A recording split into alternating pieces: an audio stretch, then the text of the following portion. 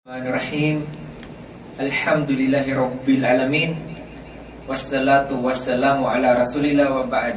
Assalamualaikum warahmatullahi wabarakatuh. At magandang araw po sa inyong lahat. Ngayon na naman po, may isang OFW na pumasok sa Islam, na isang dating Kristiyano. At kapatid, kayo po ay magpakilala sa inyong sarili.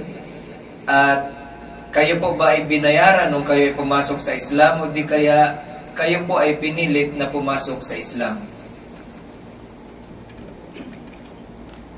Magandang araw po sa inyo lahat. Magandang araw naman. Ako po ay si Eleuterio Ripano.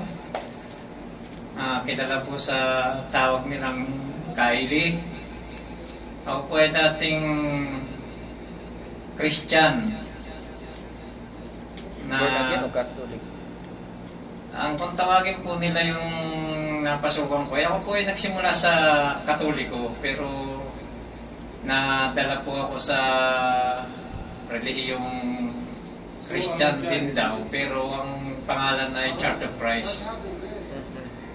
Na sa simula po, akala ko po yun na talaga ang totoo dahil wala pong sinasambang santo, kasi mga rebulto. Kasi sa Katoliko po, may sinasamba, sasabihin nila hindi sinasamba pero hinahaplos, kung ano-anong ginagawa, hinahalikan, ginagawa nilang Diyos.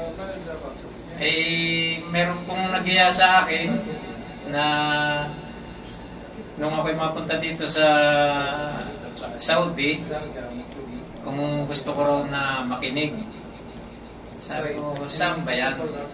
Sumama ka niya sa amin at pakinggan mo naman yung aral ng Islam. Hindi naman na niya pilitan ito eh. Kung gusto mo lang, makinig ka. At di sa madaling salita po ako sumama. Yun, nakinig po ako sa kanilang aral. Ang laki po ng pagkakaiba. Malaking malaki. Kayo po ba ay pinilit na pumasok sa Islam? Hindi po. Binayaran? Wala akong pilitan. Walang bayaran dito na katulad ng naririnig natin. Sasabihin nila na kaya ka papasok dyan kasi nagpapabayad. Hindi kaya mag-asawa ka ng marami? Maling-mali pong paniniwala yun.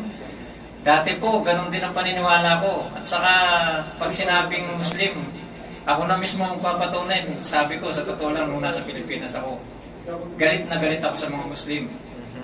Kasi Muslim ang papatay sa akin. Naikwento ko na po yan, pero gusto ko lang pong sariwain kasi parang naalala ko na akala ko'y katapusan ko na.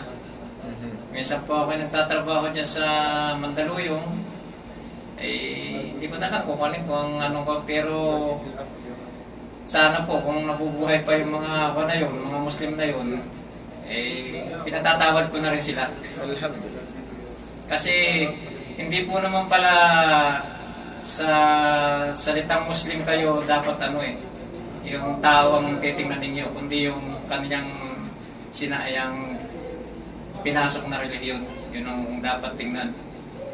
Paano niya isinabuhay? Kung paano gagawin at susundin yung katuruan at saka yung gawa ng mga propeta.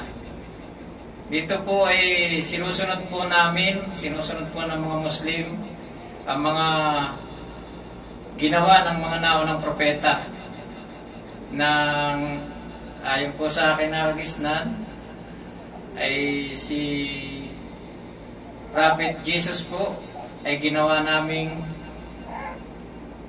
Diyos. Pero ngayon Ngayon po naniniwala po ako na talaga po palang hindi Diyos. Kasi nasusulat din po at binabasa po ng maraming pastor na si Jesus ay sugo at alipin din ng ala.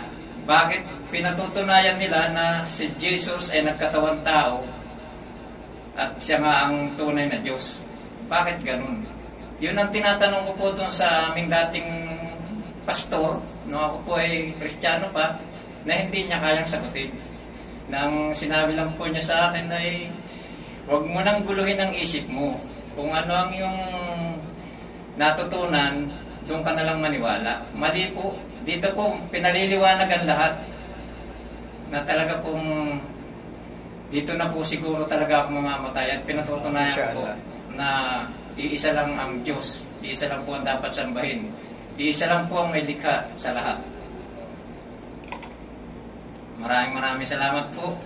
Sana po sa mga kapatid kong Kristiyano, mga kaibigan, magbago na po tayo ng paniniwala. Mga kapatid, pumasok na po kayo rito. Sumama na po tayo, magsama-sama na tayo sa isang Panginoon, sa isang tagapagligtas, sa isang lumikha. Maraming salamat. Alhamdulillah, narinig nyo ang kapatid natin na si Eli at naway ang pagpapala ng Allah Subhanahu wa Ta'ala ay suma sa iyo. Hanggang dito na lamang po. Assalamualaikum warahmatullahi wabarakatuh.